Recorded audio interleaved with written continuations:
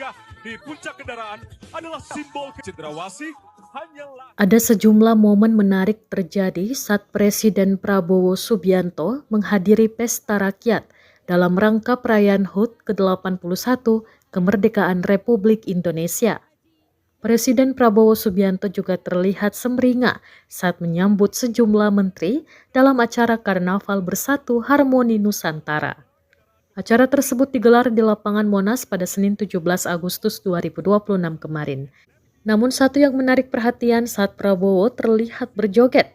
Prabowo ikut terpancing joget saat kendaraan Kementerian ESDM melintas di Karnaval karena Menteri Bahlil Lahadalia juga terlihat berjoget.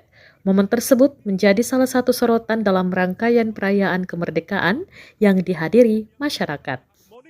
Melambangkan kekayaan energi dan sumber daya alam yang harus dikelola berkelanjutan demi kesejahteraan rakyat Indonesia. Selanjutnya adalah kendaraan Karnaval Kemerdekaan dari Kementerian Keuangan, Kementerian Pendaya.